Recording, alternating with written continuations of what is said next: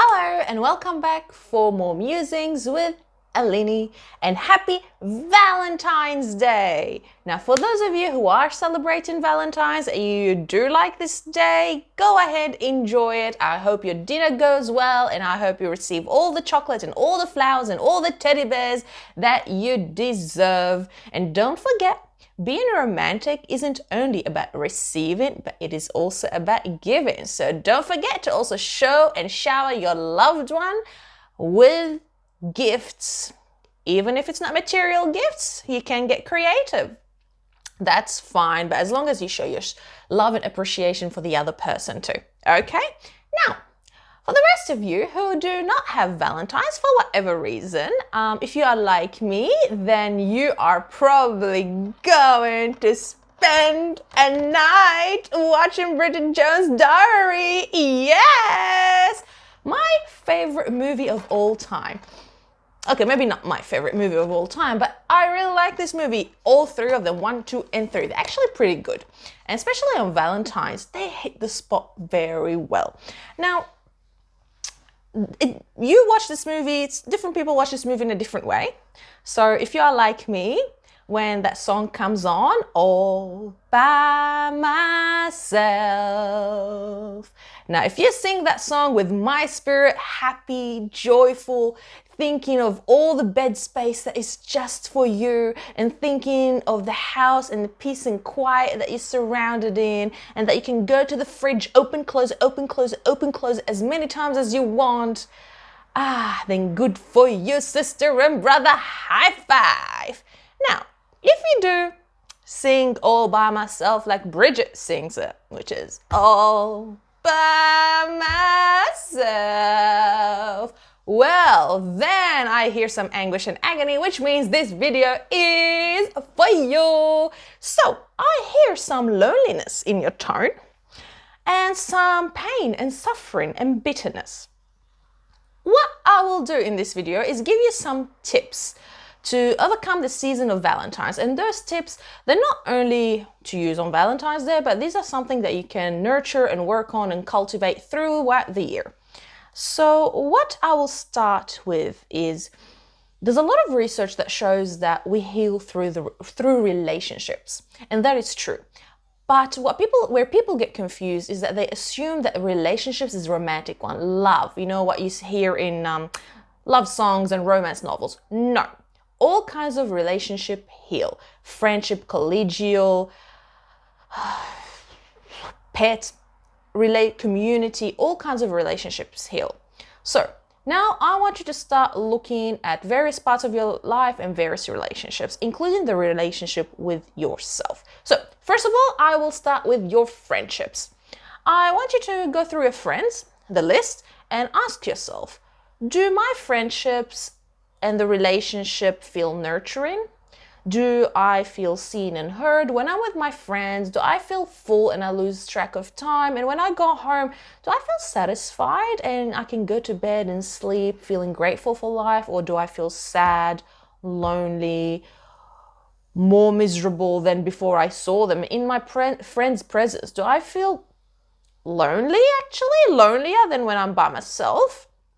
If you do not have friendships that are nurturing, that are nourishing, and if your friends don't make time for you, then you need to make a decision about these friends. So what I advise is recategorization, which is maybe take your friends, make a decision that these are not friends anymore, these are acquaintances, okay? So put them in acquaintances category, which means you can still be in touch with them, you can still catch up with them, have lunches, dinners, drinks, whatever, do with them, but you know that they are not your support group. They are not your resourcing center, okay?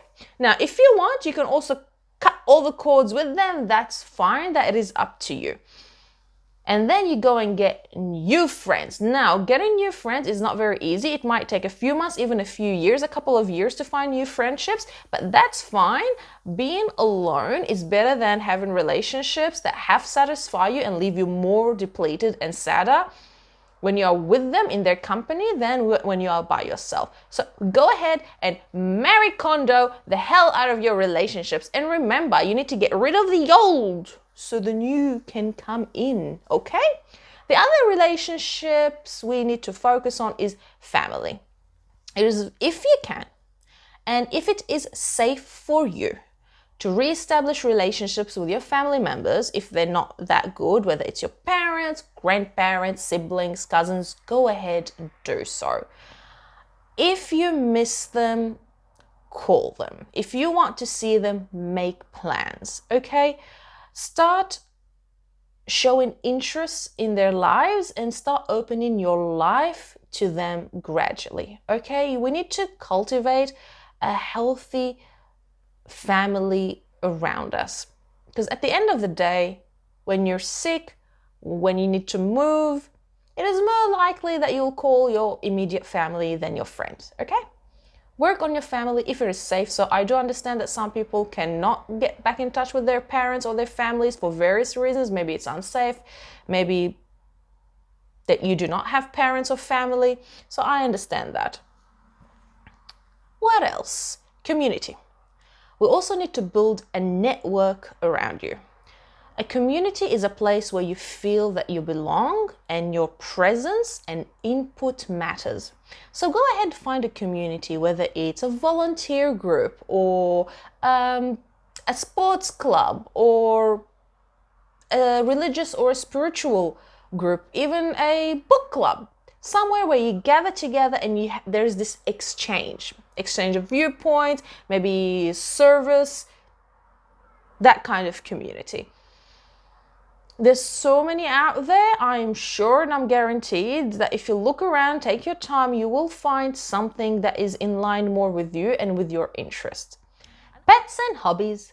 One can never underestimate the healing power of pets, even though they are not human, but they are sentient beings and we can engage and interact with them at an emotional level. Now, if you're not a pet person or for some reason you can't get pets, whether it's financial or you rent and you're not allowed to have pets, then think of hobbies. I prefer the creative type of hobbies, because it allows you to lose track of time and you can get into flow and you can redirect some of your energy, particularly that energy that you spend dwelling on being lonely, redirect that energy into creativity. You're not the creative type? Then find something that interests you. What is a topic of interest to you? What is something that you always wanted to learn but never got around to doing it? Find that thing and start doing it today. It could be indoor plants, travel, motorbikes, stargazing. Find something that stimulates you and go start doing it today. Look, I know these tips might sound very simple or they could be very challenging depending on your circumstances and your situation. But the goal here is to start building a network of support around you and to also start building self-reliance and self-support and resilience. Remember, a relationship will not be the answer to all of your needs. No one human being can answer all of your needs. And this is why it is important to start to look around you and to build that network and get yourself a good, healthy dose of self-support. All right, I hope you found hope in what I've said and some good ideas that you would like to start trying out. Try your best. We can only try in this life, and I wish you success. And I hope that you have a good Valentine's Day, whether you are celebrating alone or with someone, or maybe you're not celebrating it. Just go and watch Bridget Jones' Diary like me. You will thank me. Trust me, okay? Keep the snacks healthy though, all right? So have a happy Valentine's Day or a week, and I hope it passes smoothly. And I will see you in the next video, next topic. Thank you, bye, and God bless.